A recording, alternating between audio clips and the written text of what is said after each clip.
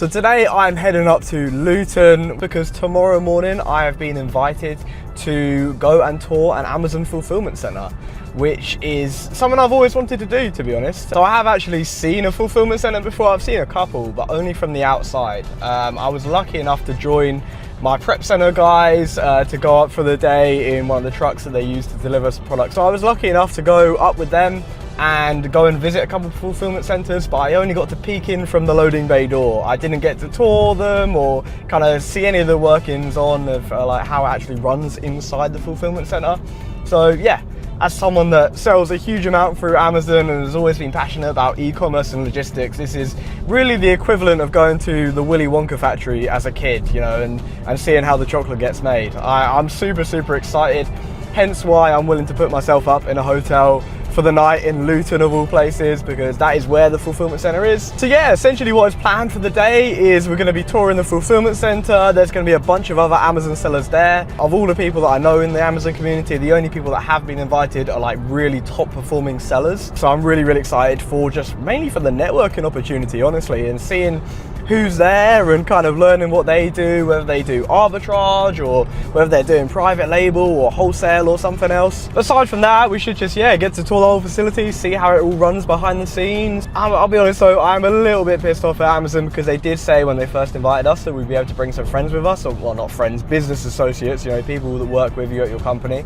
And technically I'm the only UK employee of my company, but I was going to bring my prep center manager and also just my mate because he just fancied seeing the warehouse. But unfortunately last minute they just decided we could no longer bring guests, so I'm here by myself. But yeah, I guess there was just high demand for the tour.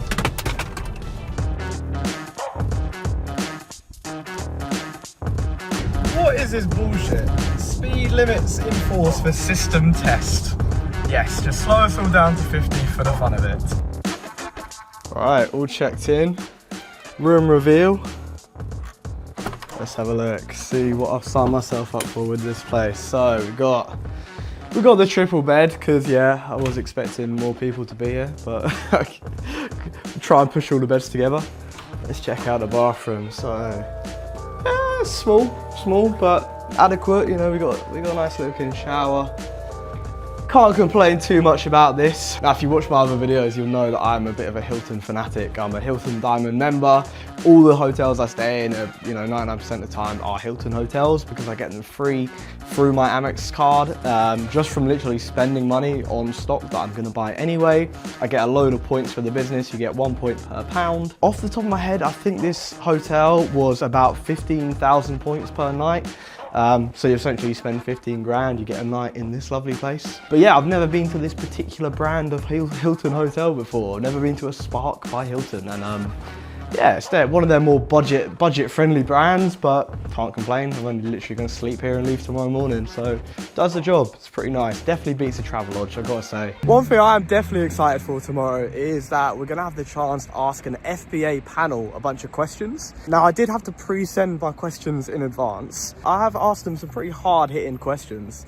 So the first one that I floated to them is, how do you justify the new sourcing cost kind of change to Amazon's reimbursement policy? So if you're not familiar, Amazon have decided to start reimbursing you at their perceived cost of your items rather than the full sale price and the profit and everything that would have come with selling it if they lose your item, which I thought was very fair, because, you know, if Amazon are going to lose your item and you've gone through all the steps to prep it, send it in, damn right they should be giving you a bit of profit on top, because you know, you haven't done that for the fun of it, realistically. So I'd be interested to see what they say, like, you know, about how, you know, from what I can tell, they're denying people on invoices. Even if they show costs, they're potentially reimbursing under that. So I'll be interested to see what they say about that. I'm also pretty interested to see what they say about my other question, which was, how are you adjusting to the rise in FBA fraud? You know, I sell a lot of expensive items, a lot of tech and stuff that is a fraudster's dream, really, if they could get for free. And in fairness, you know, I get reimbursed for everything.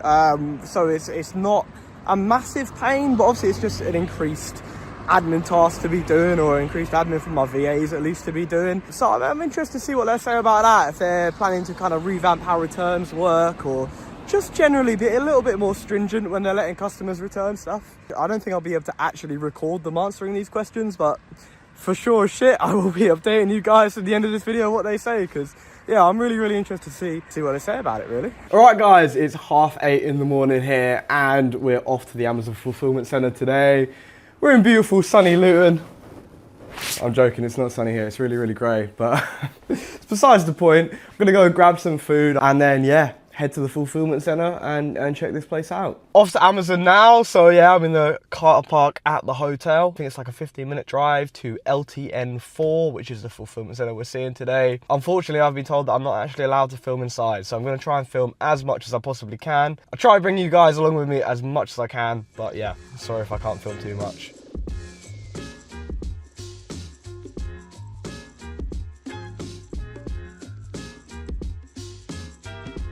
We have arrived at LTN4, super excited for this, though I have just made a horrible mistake. Uh-oh. I have, for the first time, scraped up my car on the fucking wall. I have parking sensors, but I just managed to turn them off without realising. And yeah, not happy about that, but what can you do? I mean, I'm planning to keep this car for a while. I don't know, it is what it is. But anyway, from this point on, I don't know how much I'm gonna be able to film, so I will do my best. Currently just waiting to be let in. Security on these places is crazy, like they are so tight. I'm fully expecting to get searched and have all my pockets checked and all shit like that.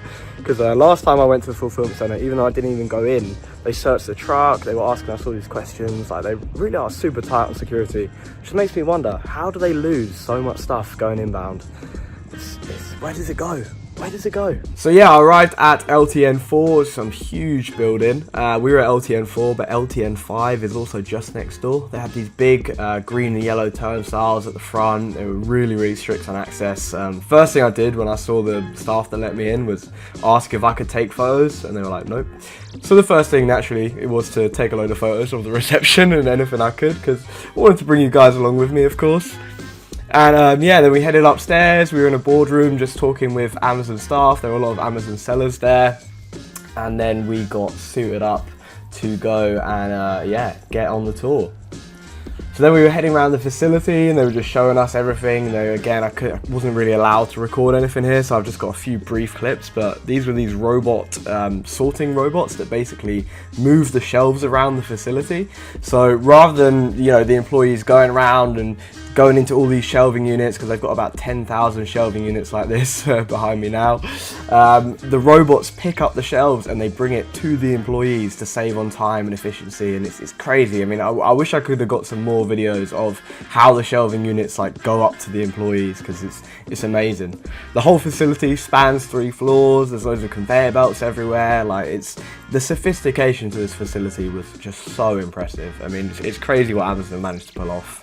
Well, I guess that's easy when you've got just unlimited money to spend on infrastructure like this, like Amazon do. Alright guys, I've just left LTN4 and wow, it was amazing. I mean, thank you to Amazon for kind of allowing us to come and view the facility. It was amazing, and it really put things in perspective in quite a few different ways. I mean, firstly, I was by far one of the smallest sellers there. I mean, I wasn't asking everyone for their sales figures or anything, but there were people there that owned brands that sold globally, sold like loads in the US, or like, you know, like big fish. Definitely, and I do a few mil a year in revenue. You know, I'm making money, but I think some of those people that were there today are on like a whole different level. So that was mind blowing. I mean, knowing that there is that whole other level to scale it's always good, because I feel like with arbitrage and generally being quite involved in the arbitrage community, there's not that many people that are doing better than me. So it's quite nice and refreshing to see that there is more to it. You know, there are many more levels to scale with Amazon. What I also found mind blowing is the actual facilities. I mean, we had quite a while of like talking about stuff and presentations, and a lot of stuff that wasn't totally that interesting, to be honest. It was a lot more aimed at brand owners and stuff like that, but actually seeing the fulfillment center and seeing the robots that like run around with all these like shelving units and seeing the levels of automation that they have, I really wish I could have recorded more of it for you. I did get a few sneaky clips of like the robots and stuff like that. Amazing stuff. They have this system, for example, at the pick station, where the robots will bring the items to the associates, and so like people that work there, that's what they call them, the associates. They bring the shelving units there with all the items in, and a projector maps out on the shelf what bin to put your hand in and take the item out. The cameras like track everything, track the barcode of the product, make sure you're putting in the right bin. Like everything is crazy tracked. It's mind-blowing. What I found funny as well, by the pick station, they have like a games mode for the associates, and it's essentially turning it into a bit of a video game, where you have video games where the way you score points is just by being as fast as possible and packing as many items as possible, and you then get points. I don't know if the points have any meaning or anything. They didn't really go into too much detail, but yeah, mind-blowing stuff, honestly. I mean, that warehouse is crazy, and to think that this is not even a big one. This is like, it's the smallest fulfillment center in the country with robots. You know, there are ones that are way more automated and just absolutely huge. You know, this is a fairly small one. As for the questions that I mentioned earlier in the video that I wanted to ask them and talk to them about, I'm a little bit disappointed. I mean, could have seen this one coming, but you know, they didn't want to be super upfront with the questions. I was getting a lot of, when I was talking to some people about changes to policy regarding reimbursements, lost and damaged stock, you know, a lot of other sellers there that actually had more issues than I do when it comes to you know, lost stock and damaged stock, which is funny because I thought that I have issues, but it turns out out of all the people, the 30 other sellers that were there today, I have the lowest rate of defects out of anyone. There are people there with way higher rates. I'm at like 1.5%, so I'm not doing too bad. But yeah, they were a little bit evasive with some of the questions. They were just like, oh, it's not my department, or I can get back to you on that, or, you know, go talk to that guy. I go talk to that guy. That guy's like, no, not my department, go talk to that guy. You know, a little bit annoying, but it's to be expected. You know, it's a massive company. They don't really know everything that's going on. But yeah, overall, an amazing experience. Really glad I came up. And I guess now, really, I've just got to think about, you know, this day and kind of the example that these other sellers have set, and, you know, the level of sophistication at this facility, and really just scale it up. You know, realistically, I am, yeah, a very, very small fish in a very large pond at this point. And I just need to up my levels. So yeah, once again, thank you to Amazon for letting me come and tour your facility.